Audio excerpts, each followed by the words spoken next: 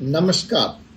Force supreme law partners के इस नए कानूनी एपिसोड में मैं एडवोकेट डॉक्टर अजय कुमार पांडे आपका स्वागत करता हूं। इस नए कानूनी एपिसोड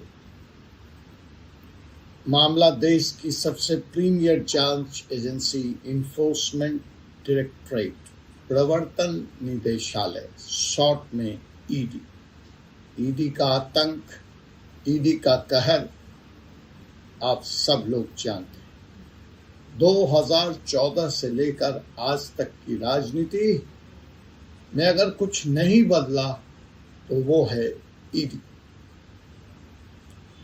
विपक्ष लामबंद होकर एक बार नहीं कई बार सुप्रीम कोर्ट की शरण में गया, ईडी कानूनों में परिवर्तन की मांग करी, लेकिन कोर्ट से उनको कोई राहत नहीं मिली। सरकार पर ईवीएम में छेड़छाड़ कर चुनाव जीतने के आरोप लगाने के साथ साथ E D as a tool, E D as a औजार, ताकत के बल पर चुनाव जीतने के आरोप लगते रहे। मेरा इन राजनीतिक आरोप प्रत्यारोप से कुछ भी लेना देना नहीं है। मैं ये बात करूंगा E D as a professional, as a premier investigating agency क्या कहीं दबाव में है? क्या ईडी के कार्यप्रणाली पे प्रश्न चिन्ह लग रहे हैं? क्या ईडी सुप्रीम कोर्ट के अटैक के रडार में आ चुकी है? क्या ईडी की कार्यप्रणाली प्रोफेशनल और इम्पार्शियल है? क्या ईडी आने वाले दिनों में अपनी विश्वसनीयता को कायम रख पाएगी? क्या ईडी में भारी फेरबदल होने जा रहा है?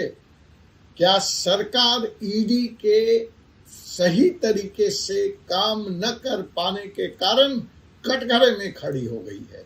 आइए पड़ताल करते हैं ईडी के इस कार्य प्रणाली का। सुप्रीम कोर्ट में जो ईडी को लेकर, जो सेंसिटिव मुकदमों को लेकर, जो पॉलिटिशियंस के खिलाफ मुकदमे हैं, उनको लेकर जानने और समझने की कोशिश करते हैं कि कुछ तो गड़बड़ है।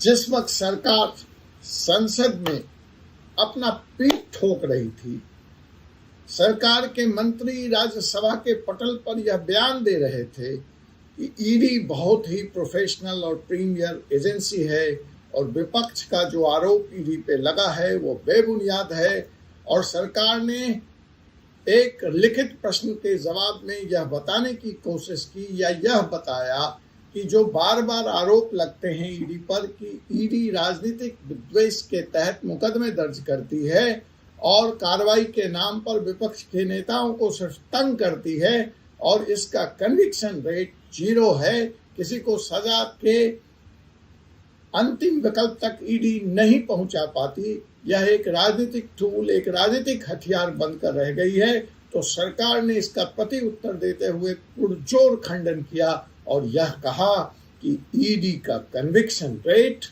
93% है। सरकार ने कहा कि ईडी ने अब तक कुल 7,083 मामले दर्ज किए हैं और उसमें कन्विक्शन रेट 93% है।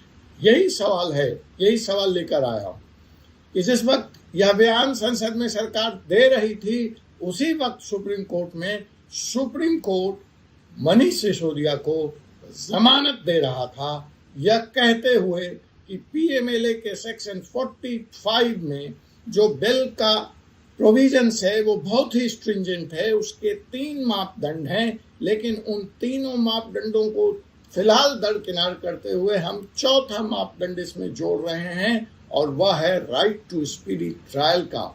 17 महीने से मनीष सिसोदिया जेल में बंद हैं।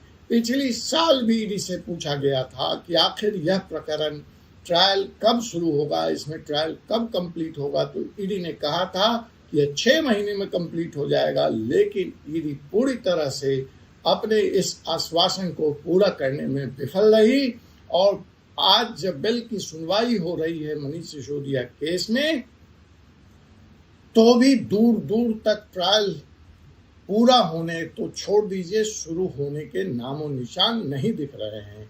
अतः इस चौथे आधार पर, जो कि पीएमएलए में नहीं है, जो कि कॉन्स्टिट्यूशनल राइट है, उसको सर्वोपरि बढ़ाते हुए ईडी ने मनीष सिसोदिया को बेल दे दिया। दूसरे प्रकरण में जो कलकत्ता की पीएमएलए अदालत में हुआ, नलिनी चिदंबरम को भी बाइज्जत बरी कर दिया गया ईडी के मुकदमे में, जहां ईडी यह साबित करने में असफल रही कि एक वकील द्वारा, मतलब नलिनी चिदंबरम द्वारा, मनी लॉन्ड्रिंग के मुकदमे में लिया गया फीस किस तरह से मनी लॉन्ड्रिंग के केस में आता है, किस तरह से मनी लॉन्ड्रिंग होता है। एक वकील का काम है प्रोफेशनल फीस लेकर जो लोग केस और मुकदमे में फंसे हुए हैं उनका बचाव करना। तो वह भी एक भारी बैकफुट पर लाने का काम किया कलकत्ता की अदालत ने। इधर सुप्रीम कोर्ट ने बेल दे दिया, झारखंड के मामले में बेल मिला, और भी ऐसे मामले हैं जिसमें ईडी को बैकफुट पर आना पड़ा और अदालतों ने या तो मुवक्किल को बरी कर दिया या बेल दे दिया। मनीष सिसोदिया के बेल देने के बाद इस आधार पर, देरी के आधार पर, speedy trial is the fundamental right के आधार पर सुप्रीम कोर्ट में फिलहाल जमानत की बाढ़ आ गई है और सुप्रीम कोर्ट को यह कहना पड़ा है बड़ी सख्ती से, उस पर अगला वीडियो लेकर आऊंगा, कि bail is the right and jail is the exception. और स्पेशल ताकीद दी है सुप्रीम कोर्ट ने डिस्ट्रिक्ट कोर्ट और हाई कोर्ट के जजों को कि देखिए, आउटराइट केस में इवन अगर वो मनी लॉन्ड्रिंग और प्रिवेंशन ऑफ टेररिस्ट एक्ट जैसे सनसनी सेंसिटिव मुकदमे हैं, बहुत ही स्ट्रिंजेंट कानून है, उसमें भी आप बेल दें। अनावश्यक सुप्रीम कोर्ट पे वर्कलोड ना बढ़ाएं, सुप्रीम कोर्ट को रिव्यू कोर्ट ना बनाएं, इसको कॉन्स्टिट्यूशनल कोर्ट बना रहने दें। खैर, ये विषयांतर हो गया, इसको चलते चलते एज ए रेफरेंस। मूल मुद्दा यह है कि ईडी के लिए अब भारी मुसीबत यह है कि बड़ी साफगोई से सरकार संसद में यह बयान तो दे गई कि कन्विक्शन रेट 93% है, लेकिन एक डाटा है जो मैं आपके सामने लाना चाहता हूं। जब ईडी यह बात कहती है तो मैं उस पर डाउट नहीं कर रहा, मैं उसको कंट्राडिक्ट नहीं कर रहा, लेकिन एक तस्वीर का दूसरा पहलू उसी संसद में दिए गए डाटा से मैं आपको दिखाना चाहता हूं और बताना चाहता हूं। और इस डाटा के आलोक में मैं साथ ही साथ यह चेताना चाहता हूं कि ईडी के मुश्किल भरे दिन शुरू हो रहे हैं। ईडी ने अगर अपने कार्य प्रणाली में यथाशीघ्र आमूल चूल परिवर्तन नहीं किया तो ईडी स्वयं कटघरे में खड़ा हो। अब आप पूछेंगे वो कैसे वकील साहब, तो आइए समझते हैं। आप कह रहे हैं 100 में से 93% लोगों को, अर्थात 93 लोगों को आपने सजा दिला दी। अब आइए, हम जो मुद्दा है जिस पे बहस हो रही है वो है पॉलिटिशियन को नाहक ईडी ने पीएमएलए के मुकदमे में फंसाने का, ये आरोप है विपक्ष का। तो आइए हम जरा इसकी समीक्षा करें और फिर सरकार क्या कह रही है इस बारे में। सरकार ने कहा कि जो ईडी ने कुल 7,000 से ज्यादा केस दर्ज किए हैं वो ठीक है, उसमें जो पॉलिटिशियंस लोग हैं उनके खिलाफ बड़ी कम केस दर्ज है। और वो केस क्या है, वो 132 की संख्या, 7,000 8,000 केस टोटल ईडी जिसपे मुकदमे दर्ज हुए हैं, उसमें से पॉलिटिशियंस जो हैं 132। ठीक है जी, मान लिया। अब इसका सिलसिलेवार देखें, साल 22 में सबसे ज्यादा मुकदमे पॉलिटिशियंस के खिलाफ दर्ज हुए, उनकी संख्या थी 34। 20 में दर्ज हुए 28, 21 में दर्ज हुए फिर 28 और 23 में दर्ज हुए 26। ये सरकार का डाटा है संसद की पटल पर, मान लिया, कोई डिस्प्यूट नहीं है यहां तक मेरा। तो अगर हम इसमें सबसे पहले 21 को पकड़े तो 21 में मुकदमे दर्ज हुए पॉलिटिशियंस के खिलाफ 28। अगर कन्विक्शन रेट 93% है तो अब तक कम से कम 21 में जो मुकदमे दर्ज हुए ईडी ने किए पॉलिटिशियंस के खिलाफ, उसका तो निष्पादन हो जाना चाहिए। या तो वो लोग सजा मिल गई होती उनको, ट्रायल कंप्लीट हो गया होता, या वो छोड़ दिए गए होते। तो 4 साल के बाद भी ईडी पॉलिटिशियन के केस में स्पीडी ट्रायल तो छोड़ दीजिए, ट्रायल शुरू नहीं हुआ है, ट्रायल कंप्लीट नहीं हुआ है। तो यह जो कन्विक्शन रेट 93% का है, ये कहीं ना कहीं भ्रामक है, कहीं ना कहीं सही होते हुए भी पॉलिटिशियन के केस में कम से कम सही तो नहीं। इससे इतर कोई डाटा ईटी के पास हो तो मेरा ज्ञान वर्धन करे। और अगर हम कुल 132 केसों की बात करें, जिसमें साल 21, 22, 20, 23, तो खुद ईडी ने यह स्वीकार किया, खुद संसद के पटल पे मंत्री जी ने कहा कि इसमें से सिर्फ 5 केसेस में ट्रायल शुरू हुआ है।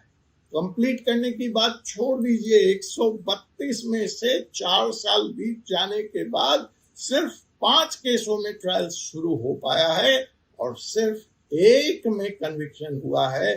तो कम से कम यहाँ तो विपक्ष का आरोप सही लगता है कि पॉलिटिशियन के केस में 93% तो छोड़ दीजिए, कन्विक्शन रेट 1% का भी नहीं निकलता है। 1/132 गुने 100 फ्रैक्शन में आएगा। अगर आप कहते हैं तो मैं कैलकुलेट भी कर लेता हूं, चलिए देख लेते हैं। 1/100 इंटू 100, कई ऐसे ही प्रतिशत निकालते हैं। 1/100 इंटू 100, 1% तो आ गया जनाब। तो ये 1%, जबकि दावा 93% का है। तो कहीं ना कहीं ईडी को अपने कार्य प्रणाली में तब्दीली लानी पड़ेगी, वरना यह जो विपक्ष का आरोप है ये इसके ऊपर चस्पा हो जाएगा। आने वाले दिनों में विश्वसनीयता का संकट खड़ा हो जाएगा। कानूनी कटघरे में स्वयं ईडी खड़ी,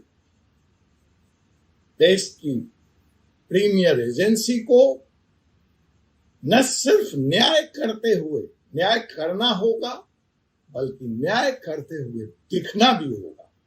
आपसे पुनः मुलाकात होगी एक ऐसे ही विषय के साथ अगले एपिसोड में। तब तक मुझे एडवोकेट डॉक्टर अजय कुमार पांडे को अनुमति दीजिए। जय हिंद, जय भारत।